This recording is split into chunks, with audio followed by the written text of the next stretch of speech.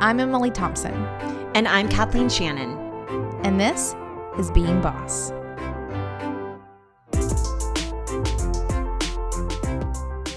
In this episode of Being Boss, I'm excited to share a delightful conversation I had with today's guest about creative expression, fraudy feelings, and planning a happy life. As always, you can find all the tools, books, and links we reference on the show notes at www.beingboss.club. Whether you're building up your side hustle or working for yourself full-time, you'll quickly learn that as a creative entrepreneur, the work you do isn't always, creative. FreshBooks Cloud Accounting is here to help. I personally use and love FreshBooks Cloud Accounting. It's easy and intuitive, but robust enough to keep me organized. They have automated systems that help me track my expenses and invoice my clients so I get paid faster without the headache of chasing down payment. FreshBooks is the #1 accounting software in the cloud designed to make billing painless for small businesses and their teams. Today, over 10 million small businesses use FreshBooks to effortlessly send professional-looking invoices, organize expenses, and track their billable time. Try FreshBooks Cloud Accounting for free by going to freshbooks.com/beingboss and enter Being Boss in the How Did You Hear About Us section.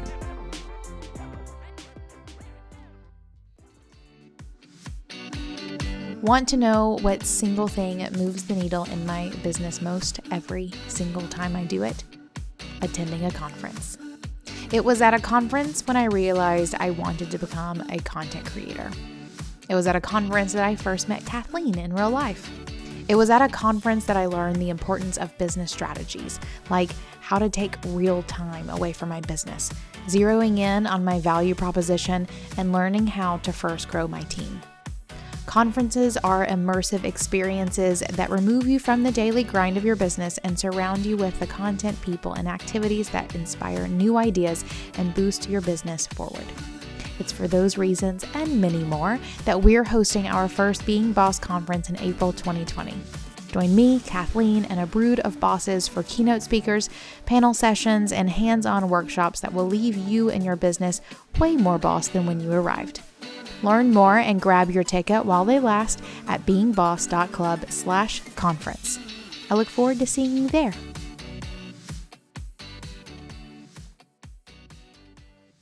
A happy life doesn't just fall in your lap. And I'm especially saying that to any of you out there who are embarking on or who have embarked on your business thinking that that's what's going to happen. Getting to that happy life is a many-stepped process that happens alongside starting your business, making annual action plans, dealing with your inbox, and going to that conference. It also happens at the same time as dealing with that awful client mishap or having that opportunity fall through. Making a happy life for yourself is a never-ending project that weaves in and out of every project you have going. And the moment you put down that baton to put something else ahead of it, well, you'll likely immediately veer off course and could soon lose sight of what you're really working for. We talk often around here about things like the work-life blend, tactics for prioritizing what brings you fulfillment, and how to live and work by your values so you always feel good about what you do. And in today's episode, we're hearing more of this and more from a heavy hitter in the industry of creativity and planning, Stephanie Fleming. Stephanie is a creative entrepreneur, speaker, optimist, and wellness seeker. Most notably, she is the co-founder of Me and My Big Ideas, creators of the Happy Planner. What began 20 years ago as a tiny garage-based business is now an industry-leading lifestyle brand that offers a wide variety of products that inspire customers to live creatively and plan a happy life. It's Stephanie's mission to create a happy life movement by empowering people everywhere to take control of their own happiness by embracing planning, positivity, and all things creative. She sounds like a boss to me. And I am so excited to share her and her story with you here. Hello, Stephanie. Welcome to Being Boss. I'm so glad you're here. Hi, thanks for having me. I'm super excited to be here talking with you. Oh, we're going to have a blast. So one, I'll note we both have cups of tea. Yes, we're both we do. Sitting here hanging out. I'm excited for just a really good chat about creativity and business. I'm excited to dive in with you on a couple of things, but before I get started, I want you to tell everyone a little bit more about you and how it is that you got to where you are today. Okay. Oh, wow. Okay. I'll try and make it, like the Cliff Notes version. um, my name's Stephanie Fleming. I am a creative entrepreneur, and about 21 years ago now, almost, I think it is, my mom and I started Me and My Big Ideas, which was a company that we created out of a need for a product that we didn't see out on the marketplace. And but to go a little bit farther back, I grew up in the creative industry. So my parents ran a craft manufacturing company and a distributor. So I grew up like seeing creative people in business. So I kind of had that entrepreneurial spirit from a very young age, and worked the warehouse. And, our parents had us doing all kinds of things like, oh, you want some extra money? You're going to need to go pick orders in the warehouse. So I was really fortunate enough to be able to see how businesses work from, the mind of a 15-year-old, and see my parents work very hard for what they wanted. And then I, was in high school and got pregnant right out of high school. So I was kind of, starting life going like, okay, I'm going to be a mom. I didn't go to college, and I just was going to make my life work. And I did that, had another child, got married, and I did in-home daycare for like 8 years, just trying to make ends meet and, be a mom and do all the things. And about 8 years into that, I was not making ends meet and having a really hard time. I love the little kids that I watched. I am the oldest of a lot of his, mine, and ours. There's like 9 of us all together. So I love kids, but I needed to get out. I needed to exercise my creative muscle. And to be quite honest with you, I wanted to pay the bills. So, my mom at that time had just gone through a divorce with my stepdad, and they sold their business. So my mom was at this place in her life where she was saying, okay, I'm in my 40s now. I need to start a new life. And I was saying, hey, I need to change my life up. I need to, do something different. And we were at my son's baseball game, I think in the fall of 1998. And scrapbooking was kind of just in its infancy at the time. And we didn't have like this, this idea that was going to change the world, but we were scrapbookers and we were creative people, and we were wanting a sticker that was different. So it started out with just one idea to take the little tiny stickers that people were putting in these big giant scrapbooks and say like, well, what if we made bigger stickers that had these clear borders? And what if we just tried to go into business together? And we had an artist friend who was going to do the work for us. And I'm like, I have $0 to put into this, so I will put in 100% sweat equity, because I had maybe negative $0. And so we went and we just went for it with that one big / little idea of creating this product that we wanted to see in the marketplace. And in 1998, I filed for a DBA, doing business as most of your listeners I'm sure know, and just kind of took all of the chances and said, let's just see where this goes. And so we did that. I went to, there was a lot in between there, right? We worked really hard, took our products to a trade show a couple months later, moved mountains to make that happen. And kind of were the hit of this show. This little idea we had turned into this business that people wanted also, and we were able to continue to follow that process of being the customer and saying, what do I want to do in this craft and creative industries? What is the product that I want to see that's not out there? And let's go make it and bring it to the marketplace. So we've been doing that now for 21 years. I hope that summed that up without not giving you too much. No, it totally does. And I even want to pass a couple kudos to your mom. And that's one of the things that really stood out for me there was this idea that she was in her 40s and thinking, new life starting all over. I know, for me, I am mid 30s and started a new business about 2 years ago. And sometimes I think like, I don't think I could ever start a new business. Or I know a lot of our listeners are a little bit older and are really sort of feel hindered by their age almost to start that new venture or their new life or that new passion or whatever it may be. But your mom went for it and did it. And it sounds like it's paid off. Yeah, I think that my mom's taught me a lot of things in life, but she's very resilient. And my mom's kind of had this, like, it's never too late. There's never something that is too big for you to try and conquer. I mean, like I said, I don't have a college education, but I am a very smart person. And I know at that point, just in my life, I mean, I'm all for higher education as well. But if you don't have one, or if it's later in life, there's so many things that you can do by being an accomplished, by being a hard worker, by believing in yourself and just going for it. And I think there's something to be said too when you don't have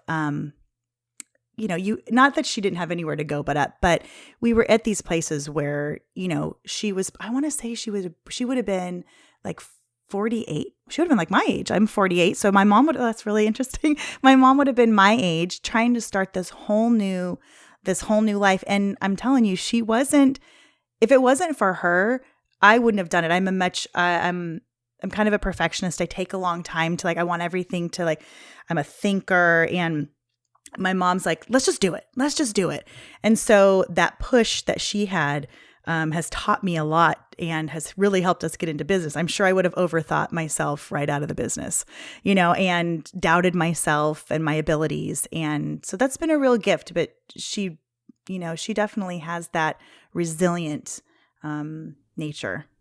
Yeah. Oh, sounds like you guys make for a wonderful partnership. I would love to hear a little bit about how you evolved from, in the beginning, scrapbook stickers into planners, which is what you're most known for now. It's part of – so one of the things when I grew up, speaking of my mom, when I grew up, my mom did basically the same thing that my sister does now in our business, and what I did before my sister did was kind of go out there and you take a look at the industry that you're in, and you see that industry from the customer's perspective. You become that customer, and you see, what in our instance, what was the scrapbooker doing? What was somebody that was scrapbooking doing? What does she want? What kind of products does she want to see? And when we saw that early on in our lives, my mom was doing that. So my sister and I kind of came across that naturally. And I think, and she helped nurture that in us. But in our business, when we saw scrapbooking start to, we were there, the roller coaster, right? But it was like up for a lot of years. And we would come out with the products. And then we kind of saw this one year, I think it was 2014, scrapbooking had already started to level off and decline. People were still scrapbooking, but when we were in business, we have to grow. We have to continue to grow. And we needed to find out what were creative women doing if they weren't scrapbooking as much. And because that's who our customer is, a creative woman. And so I went on and I was searching Pinterest, and it was my job and my sister's job at that time as well to see, what are they doing? What is our customer doing if they're not doing this, the art of scrapbooking as much? And I was on Pinterest and saw people using regular planners, in my opinion, boring, kind of just nothing planners, but they were using our scrapbooking products to liven them up and to make them, they were stickers that were really designed for scrapbooking. And they were using them in planners to kind of bring this creative vibe to planning their busy lives. And so my observation was, our customers are busy. Scrapbooking takes a lot of time. And she wants to do something that is, she kind of needs that permission, to bring that creativity into her life. And a planner was where she was doing it. And so I did a lot of research into the industry. I bought all of our competitors or future possible competitors' products to see, could we offer something unique and different? Because my belief is that if we can't, then we're just white noise. There's a lot of people that can do things well. And I'm sure, for your listeners, whatever their business is, if you're a photographer, you have to know, like, what do I offer that's different? Because I'm sure there's tons of wedding photographers, but if you are a good one and you can see like what you can offer that's different, how do you stand out?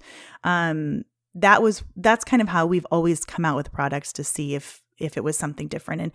And in that case, with the planners, there were a lot of great things that were out there. But what I wanted to do was to create one that was really customizable that I could change around, because some of them were very expensive. A lot of them were kind of plain.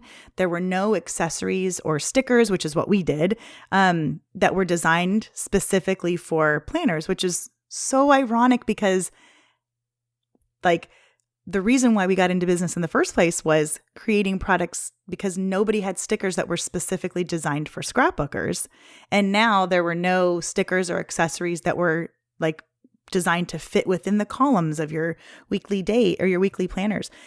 And the artwork, I just thought we have an incredible team of designers who are so talented. And I thought if that artwork could get in planners, so we brought that idea to our team to see what they thought. And, my portion of that was let's get the idea to the team and let's see them just kind of bring it to life. And that's exactly what happened. And it literally changed our business almost overnight. I think in the course of a year and a half, we tripled the size of our business from the introduction of the planners. Nice. Yeah. And that came from looking at your customers. Yes. I know in our realm, a lot of times I hear things around creatives. There's this interesting thing that happens whenever you go into business as a creative. Most people go in wanting creative freedom to just create what they want. Whenever you start a business, your creativity is at least a little bit, but most of the time a lot, dictated by your customers.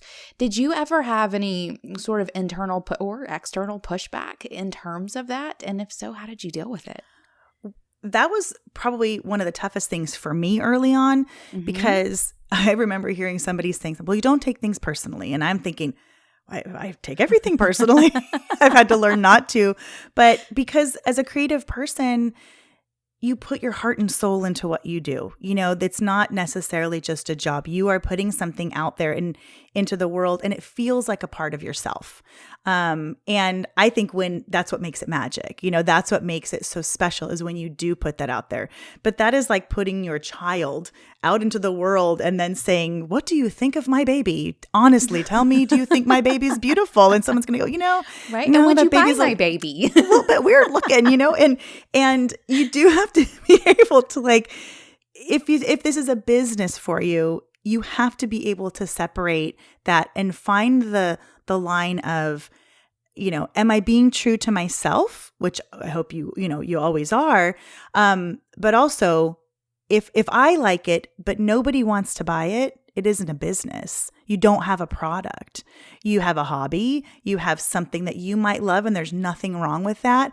But, you might not have a business, and that might be okay. But if you are if you're looking to create something that is going to be, bringing in a revenue stream, then you have to listen to your customers. And that's been one of the things with the Happy Planner, and using social media has been a way for us to have this real-time conversation with our customers, saying like, they love something that we do, or we wish you would come out with this product. And we've been able to react, which, you have to listen to what your customers want.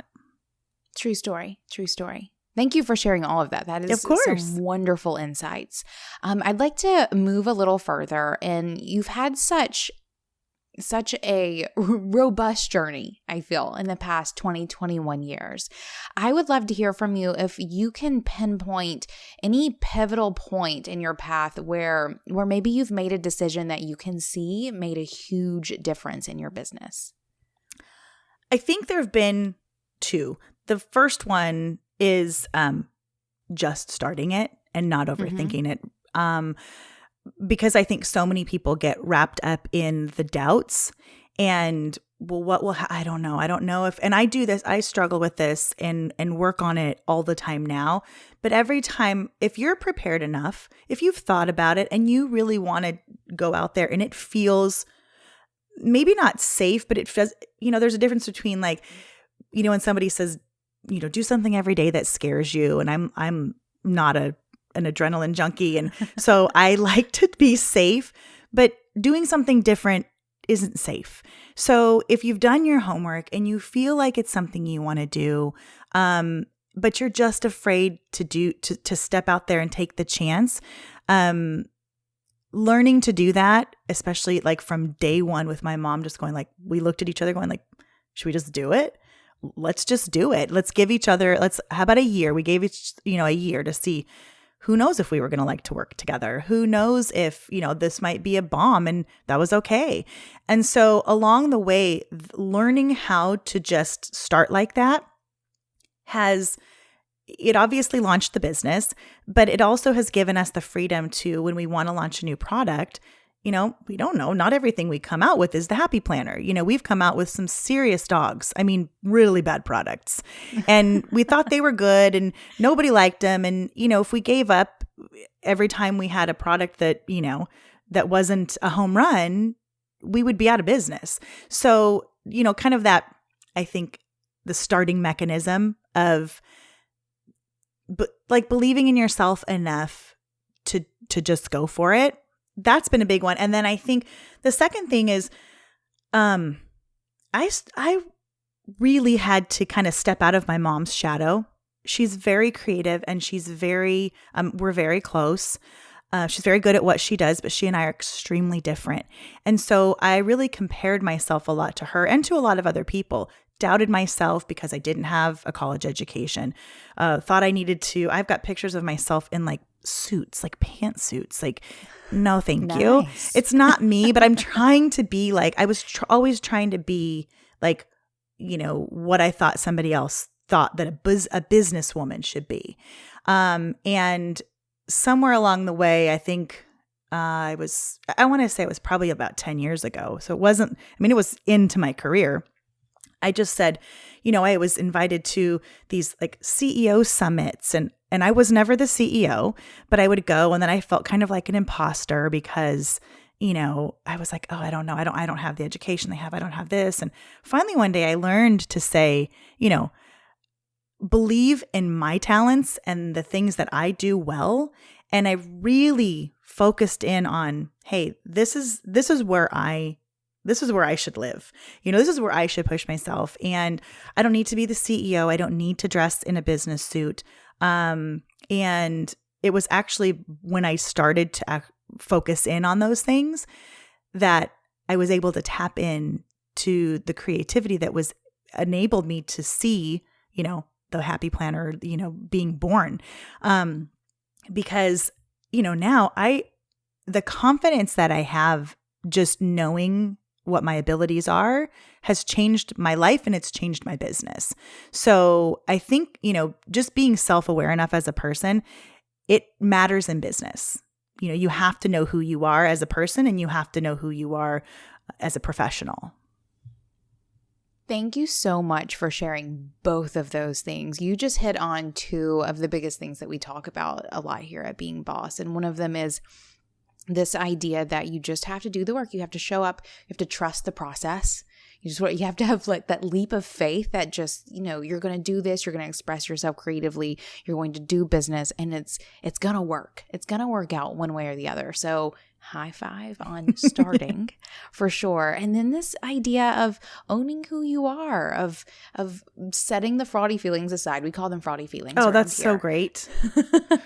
and also letting everyone in on the fact that even you feel them too, because I would imagine amongst our people, you've made it. You are probably on a couple people's vision boards. I would imagine in terms of what success looks like, and even people who are, in Walmart and Target and Michael's and everywhere have fraudy feelings too, and have to deal with some of those mindset shifts that come from showing up, expressing yourself creatively, openly and publicly, and finding where it is that you fit in all of it.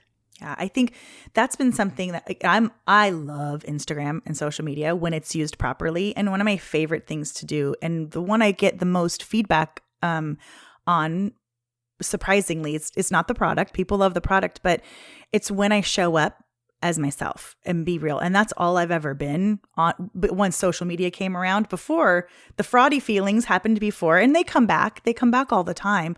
But it's such a freeing feeling to know that it's like, I don't have to be anybody other than who I am. What I bring to the table when I'm working on it and when I am doing the work and showing up is good enough. And if it's not, then I need to work harder at it. And I'm okay to say, sometimes, I'll go on. My new title in our business is Happiness Ambassador. And about 6 months ago, I was not feeling so happy. And, there's a lot of pressure to go on and be seen, and like, do you hide it because our product is all about happiness? And I thought, it's more important to be seen authentically and be a genuine person, whether it's social media or whether it's business, for me to say, hey, you know what? I'm struggling right now. And actually, it's kind of hard by being the happiness ambassador and struggling a little bit, but here's how I'm going to work through it. And I actually use our product to work through it. So it became like a way to share things. And, because I also think there's this illusion of, and I don't ever want to be I think it does people a disservice to further the myth that, once you make it, it's easy, or the way up is easy. Once you get it, it's just as hard, if not harder. It's worth it. I love it, but it's hard, Yeah. That saying of find something you love and you'll never work a day in your life is just not true. I mean, you might enjoy it, but it's work. And if you're not able to do that, and like, there are days on social media I would say like, oh my gosh, I'm so sorry guys, I haven't been back here for a while. I miss you. Because if I showed you what my week was, it would be like, get up in the morning, go to work, come home late, eat something really quick from DoorDash, go to bed, get up in the morning, go to, that's what's happening. It's not, oh my gosh, you hit the big time and then you just get to bask and lay by the pool. The work still continues. Right? Then you have to deliver. Yeah. That's when all the work actually happens. Right.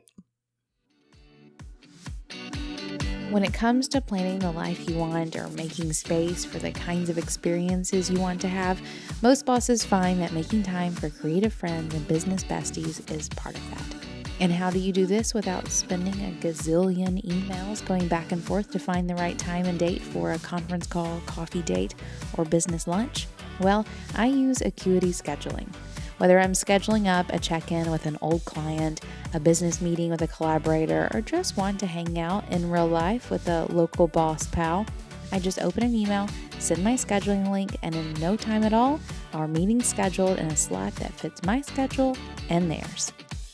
Acuity Scheduling, the scheduling assistant that works 24/7 behind the scenes to fill your calendar.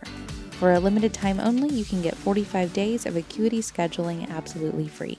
No credit card required by going to acuityscheduling.com/beingboss. I want to shift gears a little bit and talk about what it means to plan a happy life.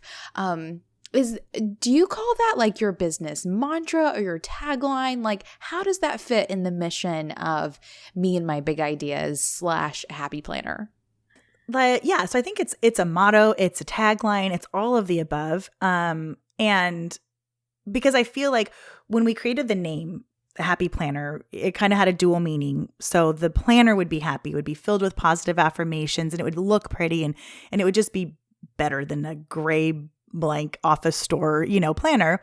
And, but it would also make you a happy planner, right? It would bring a little bit more joy into your life and creativity. And so in that, we wanted to create a tagline that was a little more active, like, and Plan a Happy Life was where we landed. And what I love about that is around that time, about 10 years ago, I was telling you a big shift in my life was really believing and loving myself and knowing that I was enough, and positive affirmations that we had in some of our scrapbooking stickers really helped me through that. And so, I really started to understand the importance of self-awareness and personal development, and the fact that there's nobody in this world that is going to take, charge and going to hand you your life, your business, anything on a silver platter. Like, you have to decide what happiness looks like for you. And then you, and only you, have to develop a plan and go get it. Because happy things might happen around you, but if there's something, a goal or an ideal life or feeling that you want, you have to, number one, be able to say, what looks good for me, which is, creating a home and a business that I'm proud of, and being very close and being a very present and loving wife, mother, grandmother, family member and friend, and creating a home where people feel loving and creating a space of peace and contentment. That may not be the ideal happiness for someone who's an adrenaline seeker, who wants to climb Mount Everest. And so I had to do the work to say, this is me. This makes me happy.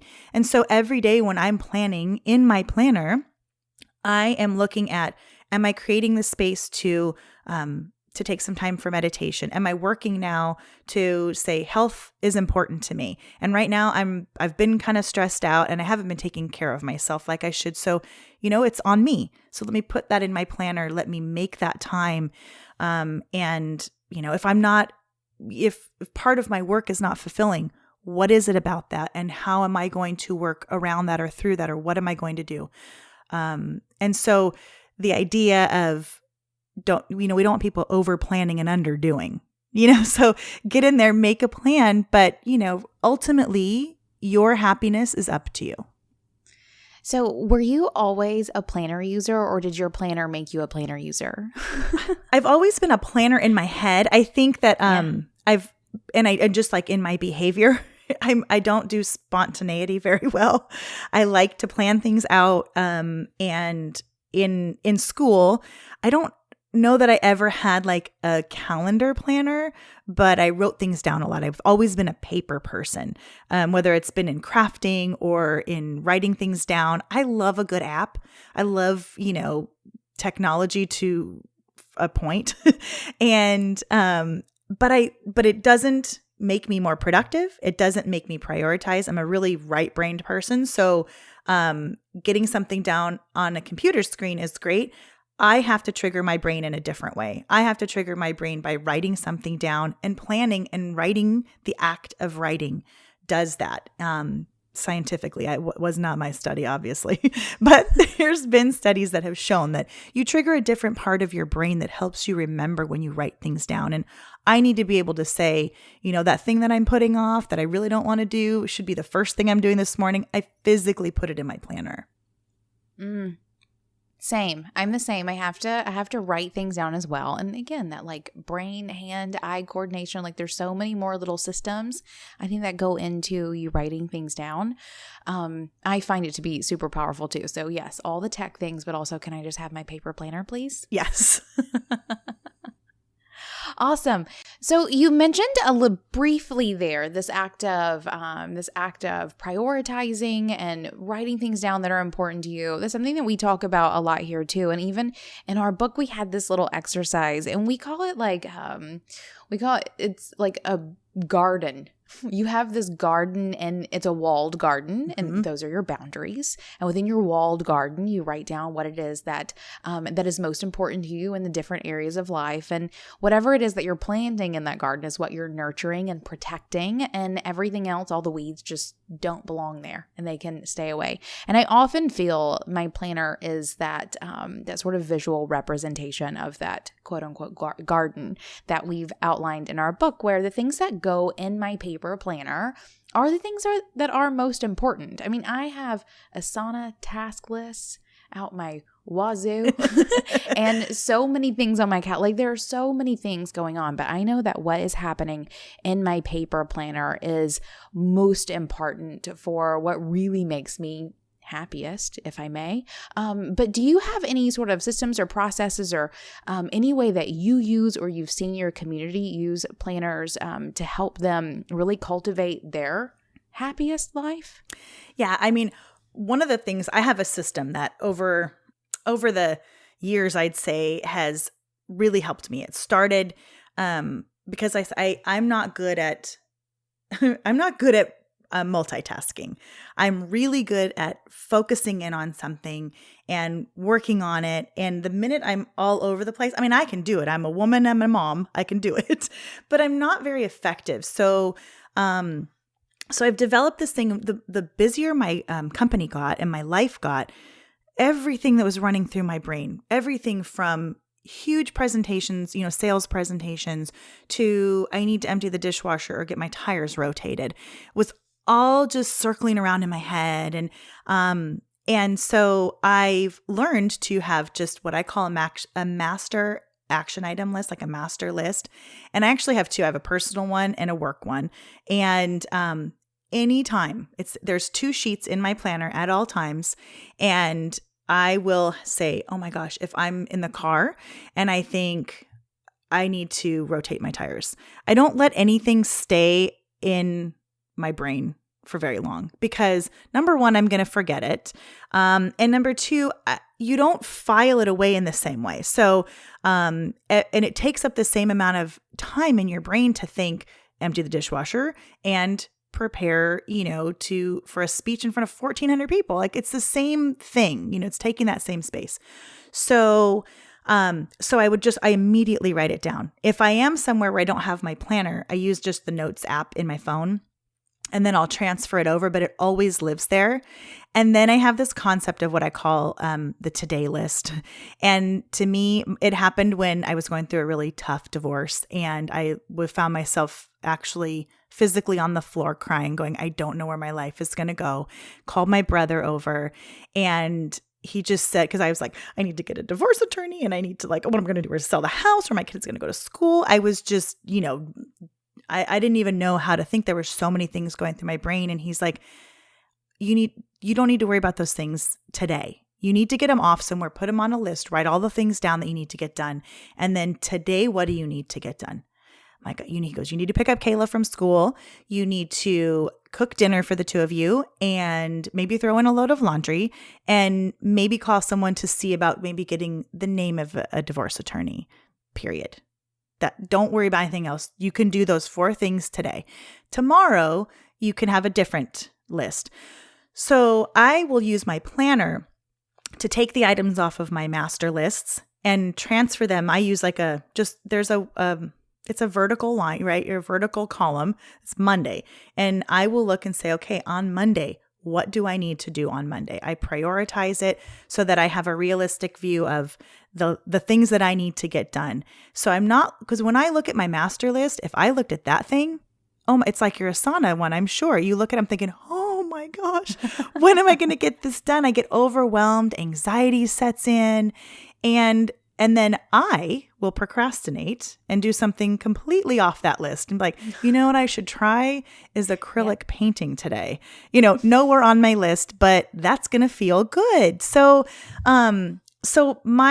I love lists, list making and prioritizing, and then putting them where they go in your day. So on Monday, I look at, what do I need to get done on Monday? And I plan it out on Sundays. So I kind of take a look at what my week looks like. And that way, if there's something that, if I'm going to get my, I keep going back to tires rotated because I need to get my tires rotated. But if I think about that, it's on your list. It's on my list. And if I think about it and I go, you know what, I'm going to take it in. I have an appointment. I'm going to do it on Friday. Then on Monday, Tuesday, Wednesday, Thursday, I'm not worrying or thinking about the tires rotating, freeing up space in my mind for the creative ideas that I need to have and for the important thinking that needs to go on in this giant head of mine, No, that's such a wonderful tactic. It's funny, you're talking and I have a similar process as well. I just call it my weekly list. So on Sunday, and it's usually Sunday, late afternoon. And that's usually the time for me where I have, I've been going through my entire weekend, not at my computer or at my notebook to write things down. So I have all these things bumping around in my head. for me to like really enjoy my Sunday evening, like those last hours before Monday starts rolling around, I have to sit down and get it all out on a list. And then come Monday morning, I'll start tasking it all out, in all the places where it needs to be for either, in a fun tactic here, I'll even make lists for people on my team. So if there's like a question that I need to ask someone, or I need to check in on that thing that I delegated to someone to make sure it's getting done, or I need to, give them this update or tell them to do this thing, whatever it may be. This master list that I create on Sundays really shapes the rest of my week, but also gets it all out of my head, so that I can enjoy those last couple of hours before getting to work. We might be the same person because Maybe I do the so. same. We might be the exact same person because I do the same thing as when it comes down to like my list, I will open it up because I'll know like I need to check in with Hannah about this. Well, I'm constantly going, and then I look at Hannah when I see her walking down the hall and I'm thinking, I had something for her. What was I going to say to Hannah? And I'll open up my list and say if we have a meeting, or if just like, hey, here are the 5 things that I needed to touch base with you on. And so I think we have so many of the same, Right? yes, of Planner brains. sources. I'm right there with you. Yeah. Right there with you. Perfect. Okay, thank you so much for sharing that. I think that's a really helpful tactic. If anyone out here is not making lists, you've heard me and Kathleen say plenty of times, make lists. You've heard it again, make some lists. It frees up brain space so you can think about any and everything else. It's and true. take action. Yes. And take action. Hey, boss. No matter what you think, you're not alone. In the Being Boss community, bosses from all over the world are rallying to do this thing together, even if we're sitting alone at our computer in our PJ pants. You can connect with bosses anytime to ask questions, get help, or just chime in. Whatever you need to remind yourself that we're all here and we've got your back. Learn more and join the community by going to beingboss.club/community. Okay, I would like to ask you one more question around the growth of your business. And especially, I mentioned earlier, happy planners are everywhere. Like if you guys haven't seen a happy planner anywhere, you're not going anywhere because they're everywhere these days. I think that's so fantastic.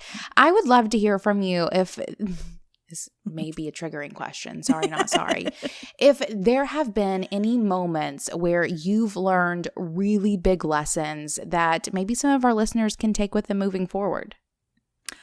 So having you say like, there's happy planners everywhere. And it's true. And I think the minute you are onto something that gains any popularity or success, there's always going to be people that are, kind of riding your coattails, or we'll say imitating or copying, or, anywhere on that scale. Sure. And it's very hard. I think we saw it in scrapbooking when we had products that would really be successful. You'd find people, outright copying you, or just really knowing the law and changing it just enough that you can't protect yourself. And I would get really wrapped up in that for a long time. And again, my mom kind of popped in with some words of wisdom and just said, we need to just basically keep your eyes on your own paper and keep your side of the street clean. And what I took from that after I, was like, but that's not fair, I started to realize that, if I waste my energies, obviously there's times where we have to protect things that are, we have trademarks and copyrights and all of that, and we do. But if I spent so much time worrying about where everybody else was, what my competition was doing, and oh my God, how are they following us? And that's too close. And then I would spend zero time doing what I do best, which is, working with my sister who's a business partner and coming up with what's the next thing, what's the next design, what do people want? That is where I should be focusing my energy. So I think if you really it's been hard because when you have that, there's also a lot of people who immediately will make assumptions about maybe some of the moves you make or products that you have, or the more popular the product becomes, the more input you get because people love it. They love it. They get attached to it. And then they have very passionate opinions about it for, good and for bad sometimes. Right. And so I think that it was just that whole idea of, doing our work, keeping our eyes on our own paper, and really just believing in what we do. And then when we put it out there in the world, if somebody's there copying or following too closely, the closest they're ever going to get to you is one step behind. So I just feel like, you might be following me really, really close. You might even be getting, I'm not a runner or a biker, but don't they have that like the backdraft or the thing that makes you go faster if you're following somebody, something, not an athlete. But I feel like, but if you're not worrying about that behind you, you're going forward, you're moving forward. You may be falling down, but you get up, you make mistakes, you keep going.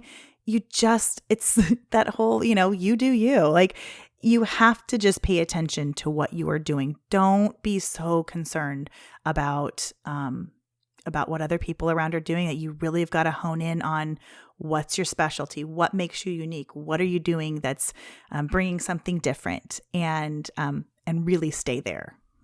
I agree with every bit of that. And it is an important lesson for, creatives, like you said earlier, tend to put their soul into their work and get very passionate about it, and can get a little hurt when either someone's copying or commenting in a way that they don't like. And like, I'm guilty of that for sure. I think we all are, but it is important to just put on those blinders, do the work. Yes.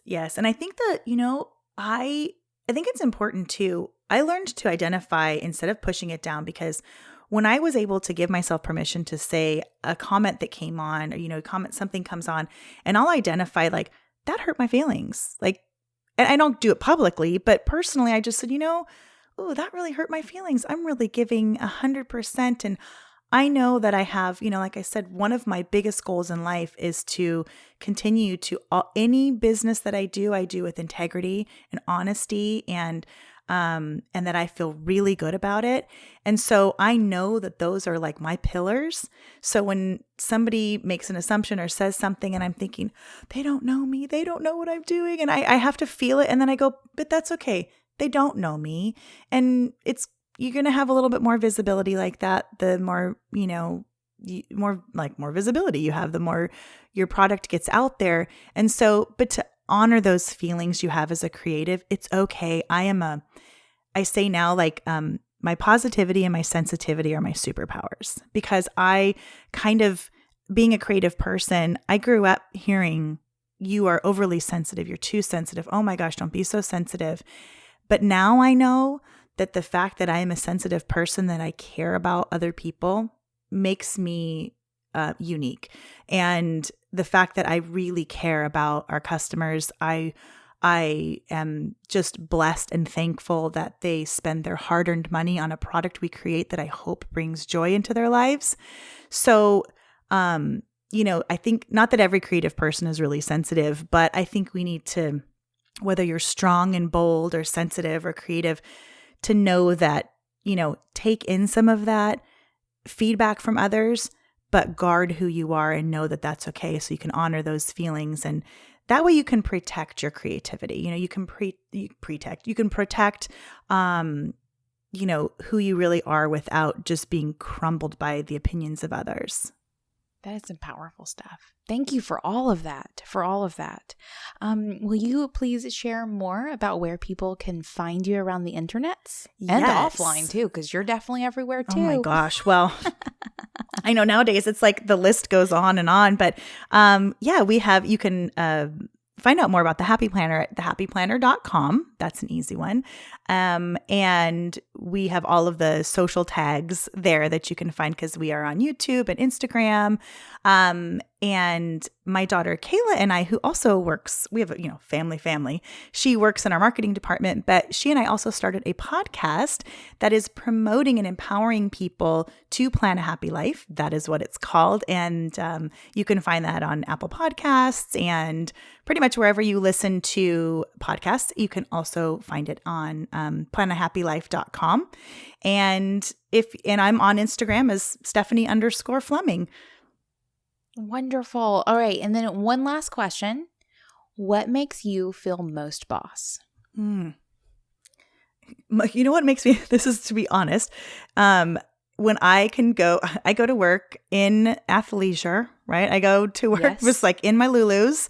Yep. And knowing that I have gotten to the place where like expressing myself creatively and coming up with creative products has gotten me to the place where I can fully be who I am with no apologies and know that I can be a really like successful, wonderful business person in my Lulus and my Vans slip-ons.